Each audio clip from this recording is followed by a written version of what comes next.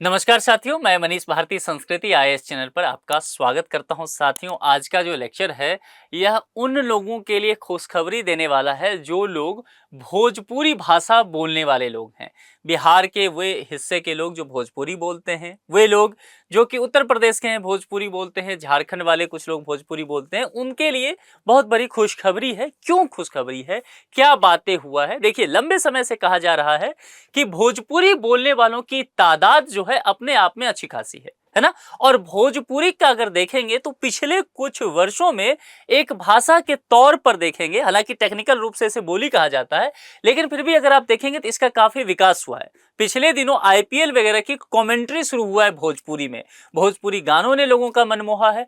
तो इन सब वजहों से लगातार ये मांग किया जाता रहा है कि भोजपुरी को आप एक आधिकारिक भाषा का दर्जा दे दीजिए। अब प्रश्न ये उठता है कि आधिकारिक भाषा का दर्जा देने का क्या तात्पर्य होता है?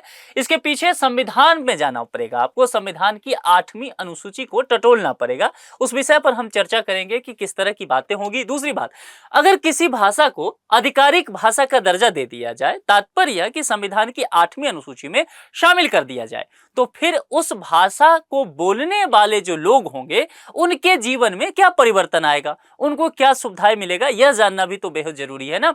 क्या बिहार की कोई ऐसी क्षेत्रीय भाषा है जिसे 8वीं अनुसूची में शामिल किया गया है? तो जी हां, बिहार की एक भाषा है जिसका नाम है मैथिली।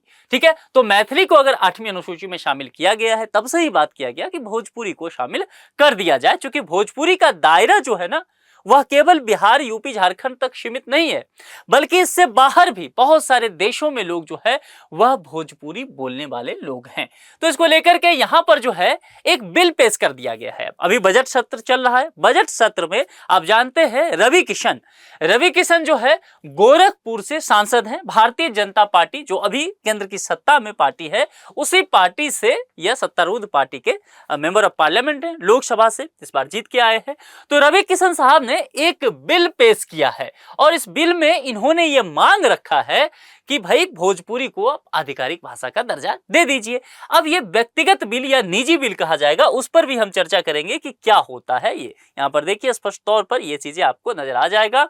भाजपा सांसद रवि किशन द्वारा लोकसभा में एक निजी सदस्य विधेयक पेश किया गया है। क्या होता है निजी सदस्य विधेयक? देखिए, संसद सदस्य द्वारा जो प्रस्तुत किया गया विधेयक होता है उसे निजी सदस्य विधेयक कहा जाता है। अब यहां पर तात्पर्य है कि संसद सदस्य जो हैं और वह मिनिस्टर कोई ना हो, उनके पास कोई पोर्टफोलियो नहीं उन्हें दिया गया हो। तो रवि किशन केवल एक सांसद हैं, किसी विभाग के मिनिस्टर तो वो है नहीं। तो इसी हिसाब से इस विधेयक में भोजपुरी भाषा को आधिकारिक भाषा का दर्जा दिलाने की बात कही गई है। भोजपुरी को संविधान की 8वीं अनुसूची में शामिल करने की बात यहां पर की गई है। सांसद रवि किशन के अनुसार भोजपुरी भाषा केवल फूहड़ गीतों तक सीमित नहीं है। इस भाषा का अपना एक समृद्ध सांस्कृतिक इतिहास और साहित्य है जिसे बढ़ावा देने की आवश्यकता है। भिखारी ठाकुर को कौन भूल सकता है? भिखारी ठाकुर को भोजपुरी का शेक्सपियर तक कहा जाता है। ठीक है, इतने महीन और इतने जरीन उन्होंने, आप कह सकते हैं, भोजपुरी में नाटक लिखे हैं, उसमें उन्होंने साहित्य का वर्णन किया है, तो अपने आप में बहुत समृद्ध कहा जाता है उनके लेकर के। हालांकि ये जो यहाँ पर फूहड़ गीतों को लेकर के इन्होंने कहा, भोजपुरी पर यह आरोप लगता रहा है कि अश्लीलता इसमें शामिल किया गया है। रवि किशन खुद भोजपुरी सिनेमा का इन्हें अमिताभ बच्चन कहा जाता है, काफी अच्छी फिल्में इनकी आती है। हाँ, इन पे भी आरोप है, इन पे भी लगातार ये आरोप लगता रहा है कि इनके फिल्मों में भी भोजपुरी के गाने जो हैं वो बड़े ही कह सकते हैं कि डबल मीनिंग वाले जो गाने होते हैं ना, दुई अर्थी, कहा कुछ जा रहा है, उसका मीनिंग कुछ और बताया होगा। तो इस तरह का आरोप इन पर भी लगता रहा है। इन्होंने एक बार माफी भी मांगा था इन चीजों के लिए। और ठीक है, उस भाषा भोजपुरी भाषा से आते हैं तो लगातार उसकी समृद्धि के लिए अब ये काम किया जा रहा है, ये अच्छी बात भी है। भोजपुरी भाषा को संविधान की 8वीं अनुसूची में शामिल करने के लिए लंबे समय से मांग की जा रही है। अगर भोजपुरी भाषा का क्षेत्र देखें तो उत्तर प्रदेश, पश्चिम बिहार, झारखंड, मध्य प्रदेश के कुछ क्षेत्रों तक में बोली जाती है। इसके अलावा कई देशों में भी भोजपुरी भाषा जो है वह बोला जाता है। यह एरिया जो अगर आपको देखने को मिलेगा, आप देखेंगे बनारस से होते हुए अगर आप आगे बढ़ जाएं तो आप देखेंगे देवरिया हो गया, चाहे बलिया हो गया, गोरखपुर हो गया, बिहार एंट्री कर जाए आप, आरा हो गया, उसके बाद आप गोपालगंज चले जाएं, चंपारण में भी आप घूमेंगे देखेंगे, पश्चिम चंपारण, पूर्वी चंपारण देखेंगे आप वहां पर, तो इन सभी जगहों पर सिवान वगैरह में भोजपुरी भाषा बोला जाता है, प्रमुखता से लोग इसका इस्तेमाल करते हैं। मैं बार बार भाषा कह रहा हूं, आप कमेंट बॉक्स में मत लिखिएगा, क्योंकि व्याकरण के दृष्टिकोण से भोजपुरी जो है वो बोली है, ठीक है, लेकिन भाषा के तौर पर इसे अब बात किया जा रहा है कि इसे शामिल किया जाए। बिहार में अगर क्षेत्रीय भाषा या बोली को लेकर के देखेंगे तो 3 है, उसमें से एक जो है वह मैथिली है। मैथिली जो है वह बड़े भूभाग में बोली जाती है और वह भाषा का दर्जा उसे दिया गया है, उसका अपना एक समृद्ध इतिहास है, बहुत पुरानी काल से मैथिली चला रहा है। लेकिन अगर देखेंगे भोजपुरी और मगही, जो कि मगध वाले क्षेत्र में है, नालंदा वगैरह में, पटना वगैरह में, यहाँ पर मगही चलता है, तो ये दोनों बोली से का दर्जा दिया गया है। भोजपुरी भाषा को 8वीं अनुसूची में शामिल करने की मांग क्यों है? क्योंकि एक तो समृद्ध इसका सांस्कृतिक इतिहास है, साहित्य भी काफी समृद्ध है, इस भाषा को बोलने वालों की संख्या बहुत अधिक है। 2011 की सेंसस के अकॉर्डिंग अगर देखेंगे तो भारत में लगभग 5 करोड़ लोग जो है भोजपुरी भाषा बोलते हैं। यह अपने आप में बहुत बड़ी आबादी है। भारत में ही केवल 5 करोड़ लोग, बहुत सारे देश इस दुनिया में हैं जहां की पूरी आबादी 5 करोड़ नहीं है, और केवल एक भाषा को बोलने वाले लोग अगर 5 करोड़ हैं तो जाहिर सी बात है फिर उसके लिए कुछ सोचने की आवश्यकता तो है। एक अनुमान के अनुसार देश और विदेश में इस भाषा को बोलने वालों की संख्या 15 से 20 करोड़ के बीच है। आप समझ सकते हैं।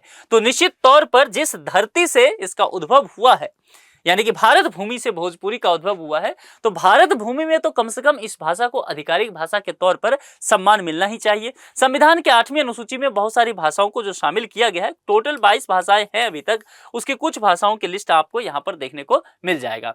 इस भाषा में फिल्म और संगीत उद्योग भी चलाया जा रहा है, जिसमें लाखों लोगों को रोजगार मिल रहा है। यानी कि भाषा का सीधा संबंध यहाँ पर जो है देखिए रोजगार से जोड़ करके देखा जा रहा है। भोजपुरी बोलने और लिखने वालों में जो एक तरह से हीनता का भावना आ गया, मैंने कहा ना, अश्लीलता जो शामिल हुआ है उसको दूर करने की बात होगी। भोजपुरी बोलने वालों को गवार और पिछड़ा होने की एक धारणा जो है इससे यह भी खत्म हो जाएगा। और सबसे अहम बात, आप लोग जो पढ़ रहे हैं यूपीएससी के लिए, तो संघ लोक सेवा आयोग और उच्चतर केंद्रीय सेवा परीक्षाओं में वैकल्पिक माध्यम के रूप में भोजपुरी भाषा की अनुमति मिल जाएगा। क्योंकि आप जानते हैं कि यहाँ पर लैंग्वेज का पेपर भी होता है। आप यह भी जानते हैं कि आप जो भी ऑप्शनल पेपर वगैरह लेते हैं तो आप अपना भाषा चयन कर सकते हैं, या माध्यम जब आप लिखते हैं तो जैसे बहुत सारे लोग इंग्लिश लेते हैं, बहुत सारे लोग जो है आप मैथिली में लिखते हैं, बहुत सारे लोग गुजराती में लिखते हैं, बहुत सारे हिंदी में लिखते हैं। तो जो लोग ऐसा होगा कि भोजपुरी में लिखना चाहते हैं उनके लिए फिर एक रास्ता खुल जाएगा, ठीक है। और ऑप्शनल सब्जेक्ट फिर शायद ऐड हो सकता है, तो उसमें भी एक फायदा देखने को मिल जाए यूपीएससी वगैरह में। तो उस क्षेत्र के जो लोग हैं, भोजपुरी बोलने वाले लोग जो है, पढ़ने और समझने वाले लोग जो है, उनका देखेंगे संघ लोक सेवा आयोग में चयन का जो प्रतिशत है वह फिर बढ़ जाएगा। तो उस क्षेत्र के लिए तो बेहतर ही होगा। 8वीं अनुसूची पर एक नजर डालते हैं। संविधान के अनुच्छेद 344(1) से 351 में 8वीं अनुसूची से संबंधित कुछ प्रावधान किए गए हैं। इसके तहत देखेंगे तो अनुच्छेद 344(1) क्या कहता है? राष्ट्रपति संविधान लागू होने के 5 वर्ष पश्चात तथा उसके बाद पुनः 10 वर्ष की समाप्ति पर एक आयोग का गठन करेगा। इस प्रावधान के अनुसार वर्ष 1955 में राष्ट्रपति द्वारा बीजी खेर की अध्यक्षता में एक आयोग का गठन किया गया। संविधान के अनुच्छेद 351 के अनुसार संघ का कर्तव्य होगा कि वह हिंदी भाषा के प्रचार प्रसार को बढ़ावा देगा। समझते चलिए पूरी तरह से शुरुआत से स्थिति, जिससे यह हिंदुस्तानी तथा 8वीं अनुसूची में निर्दिष्ट अन्य भाषाओं के रूप, शैली तथा अभिव्यक्ति में हस्तक्षेप किए बिना सभी के लिए अभिव्यक्ति के माध्यम के रूप में कार्य कर सकेगा। वर्तमान में संविधान की 8वीं अनुसूची में 22 भाषाएं शामिल है। यहाँ पर जरा देखते हैं। संविधान की 8वीं अनुसूची में निम्नलिखित 22 भाषाएं शामिल है। असमिया, बंगाली, बंगाली जैसे बंगाल में, असमिया असम में, गुजराती कहाँ हो गया गुजरात में, हिंदी कमोबेश पूरे भारत में, कन्नड़, इसके अलावा कश्मीरी, कोंकणी, मलयालम, मणिपुरी, मराठी, नेपाली, उड़िया।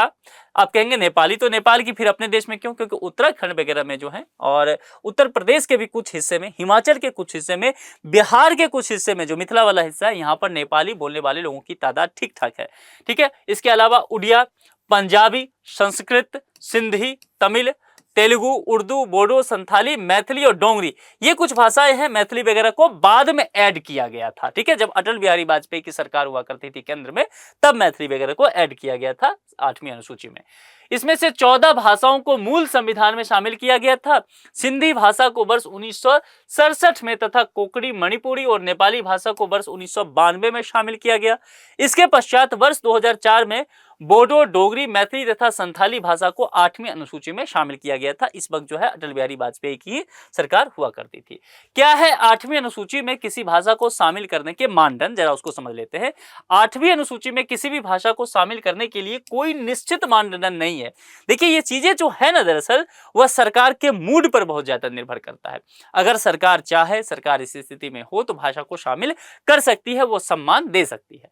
8वीं अनुसूची में शामिल होने के फायदे: भाषा की एक पहचान बनती है, किताबें उस भाषा में आपको उपलब्ध हो जाएगा, व्याकरण वगैरह के लिए सरकार फंड देती है बजट में, तो फिर वो सब चीजें मिलेगा तो उसके साहित्य का और अधिक विकास हो सकता है। संघ लोक सेवा आयोग और उच्चतर केंद्रीय परीक्षा वगैरह है, उसमें आप इस भाषा को ले सकते हैं। पीएचडी जैसी उच्चतर शिक्षा प्राप्त करने का फिर विकल्प भी यहाँ पर आपको मिलता हुआ नजर आएगा। अन्य भाषाओं को संविधान के 8वीं अनुसूची में शामिल करने की मांग जो है, उसमें से जरा देखिए ये कितनी यहाँ पर भाषा है। यहां पर ध्यान देखिएगा, भाषा और बोलियां दोनों इसमें यहां पर शामिल हैं। तो मैं भाषा बोल रहा हूं, आपको व्याकरण के दृष्टिकोण से बोली भी समझते चलना है। जैसे कि मैं कुछ और बताता हूं, 38 और भाषाओं को शामिल किए जाने की मांग की रही है।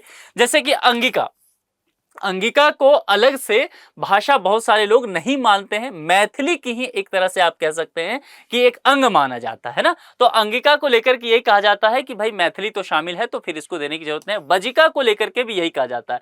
भोजपुरी को लेकर के मांग किया जा रहा है, भोटी, भोटिया हो गया, बुंदेलखंडी, छत्तीसगढ़ी, धतकी, अंग्रेजी, गढ़वाली, पहाड़ी, गोंडी, इसमें से जितनी भी आपको ये भाषाएं आपको दिख रहा है, आप लोग किस क्षेत्र से आते हैं। और सबसे अहम बात, आप लोग यहाँ पर जो भाषा दिया गया है सही से स्लाइड को देखिए और मुझे बताइए कि आप लोग किन किन भाषाओं को बोलने वाले लोग हैं। ये जितनी भाषाएं यहां पर दी गई है, आप कौन सी भाषा बोलते हैं, या यहां नहीं भी दिया गया है तब भी आपकी मातृभाषा क्या है, कमेंट बॉक्स में लिख करके बताइए। साथ में यह भी लिखिए कि आप किस क्षेत्र से आते हैं, ताकि हमें और भी बातें समझ में आए।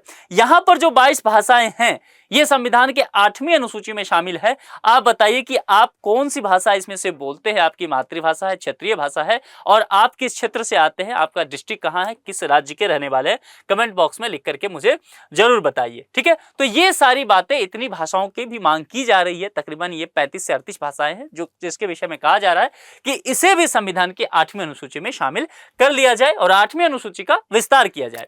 चलिए एक प्रश्न देख लेते हैं। निम्नलिखित में से संविधान की 8वीं अनुसूची में शामिल भाषा है राजस्थानी, भोजपुरी, अंग्रेजी और हिंदी। फिर से समझ लीजिए, 8वीं अनुसूची में अभी जो शामिल भाषा है राजस्थानी, भोजपुरी, अंग्रेजी और हिंदी। इस चार में से कोई एक विकल्प ही सही होगा। जो विकल्प भी सही लगे उसका चयन करके कमेंट बॉक्स में जरूर लिख करके बताइए। और वही बात कि आप जो मैंने टास्क दिया है एक कि किस डिस्ट्रिक्ट से आते हैं, कौन सी क्षेत्रीय भाषा बोलते हैं, पूरे भारत के रहने वाले आप हैं, तो लिख करके अपने गांव का, जिला का और राज्य का, शहर का नाम भाषा के साथ जरूर हमें बताइए। आज के इस लेक्चर में इतना ही। किसी दूसरे लेक्चर में किसी दूसरे मुद्दे के साथ आपसे मुलाकात करेंगे। अपना बेहद ख्याल रखिए। बहुत बहुत शुक्रिया।